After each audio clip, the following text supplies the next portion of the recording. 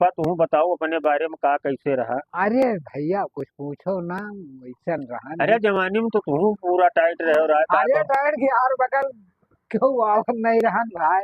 हाँ। हाँ तो देखबे गयो भाई। अरे हम तुम्हार रंगबाजी देखे हन भाई। आए रंगबाजी तो हम जम के देखे हर हन और नाका तुम्हार पे रंगबाजी केहू को राबो नहीं भाई। नहीं नहीं। हाँ।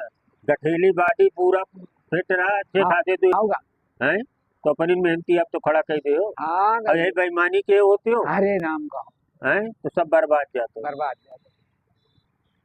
इसलिए ईमानदारी का धन फूफा बहुत हाँ भैया बहुत मायने रखत है। अगर और वही में गड़बड़ा थे ना। वही में सब गड़बड़ा जाते हैं। और यही लिए ईमानदारी सबसे बड़ी चीज है, सबका चाहिए कि ईमान से रहे। हाँ और ईमानदारी से रहो तो हाँ भैया संसार में अपनी कोई चीज की कमाई के दिक्कत ख्याल नहीं, करेगा। अपनी कमाई के। अपनी